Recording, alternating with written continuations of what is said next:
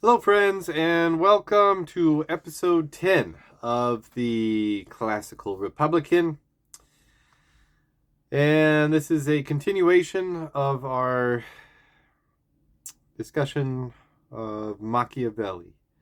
This is about the Discourses.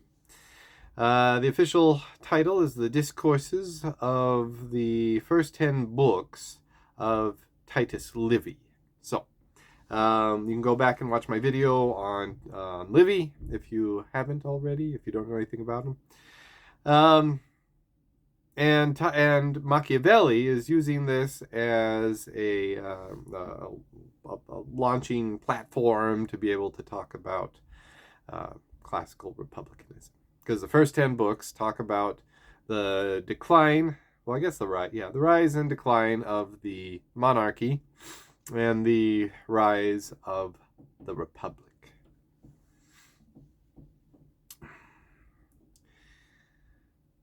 So I hope I convinced you that Machiavelli was a good person and a good classical republican, not a teacher of evil nor advisor to tyrants. The Discourses were written in 1517. At this time, the Medici had been back in control of Florence for several years. Machiavelli was going to write about what he firmly believed on politics in the Discourses. It is dedicated to two friends. The prince was dedicated to a Medici, a social superior to him. So it is fitting that the Discourses are dedicated to his social equals.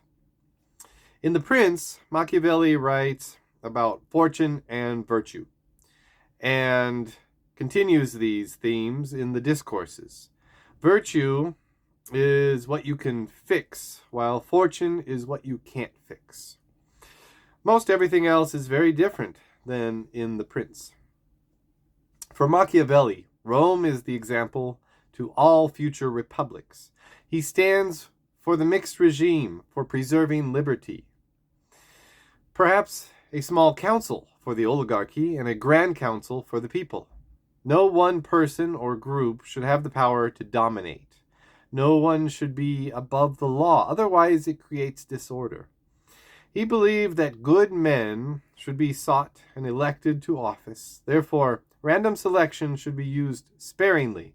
In his day, this would be seen as slightly anti-democratic, though he felt the democratic element was vital to the strength of a republic.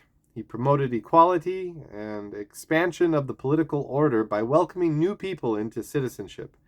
Although elites should bear more financial burden for the state, he believed that good governance required gentleness and humanity.